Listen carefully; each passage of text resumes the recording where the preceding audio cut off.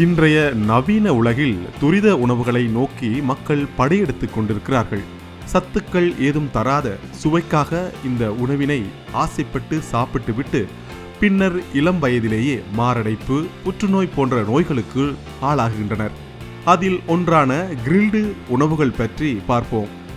இறைச்சியில் மசாலா தடவி ஒரு நாள் முழுவதும் அல்லது குறைந்தது 6 மணி நேரமாவது ஊற வைக்கின்றனர். இதனுடன் சாஸ், பதப்படுத்திகள், சுவையூட்டிகள் போன்ற அனைத்தையும் கலந்து கிரில்டு பாக்ஸ் அல்லது தந்தூரி அடுப்பில் வேக வைக்கின்றனர். தீயில் 20 நிமிடங்களாவது சுட்டு எடுக்கின்றனர். இறைச்சியை மட்டும் தீயில் சுட்டால் மோசமான விளைவுகள் அதிகம் இருக்காது.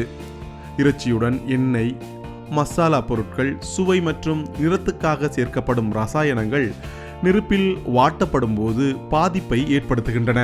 இதில் பயன்படுத்தப்படும் இறைச்சிகள் தரமானவையா என்று பார்த்தால் நிச்சயம் கிடையாது.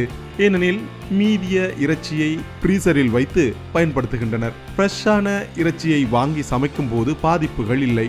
ஆனால் முறையாக பதப்படுத்தப்படாத இறைச்சிகளால் பாதிப்புகள் ஏற்படுகின்றன. அசைவ ஓட்டல்களில் 10 முதல் 15 முழுக்கோழிகள் கம்பியில் குத்தப்பட்டு கிரில் பாக்ஸில் சுழண்டு கொண்டே இருக்கின்றன. இதனை தவிர மசாலாக்கள் தடவப்பட்ட நிலையில் இன்னும் நிறைய கோழிகள் உள்ளே ஃப்ரீசரில் வைக்கப்பட்டிருக்கின்றன. இவை அனைத்தும் ஒரே நாளில் தீர்ந்து விடுவதில்லை. உடலுக்குள் கேடு விளைவிக்கும் செயற்கை உப்பு மற்றும் நிறங்கள், சுவையூட்டிகள் சேர்க்கப்படுகின்றன. இதை சாப்பிடுவதால் முதலில் அல்சர் வரும்.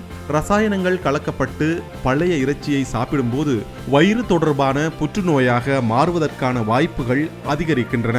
எப்போதேனும் ஒருமுறை சாப்பிட்டால் பிரச்சனை இல்லை.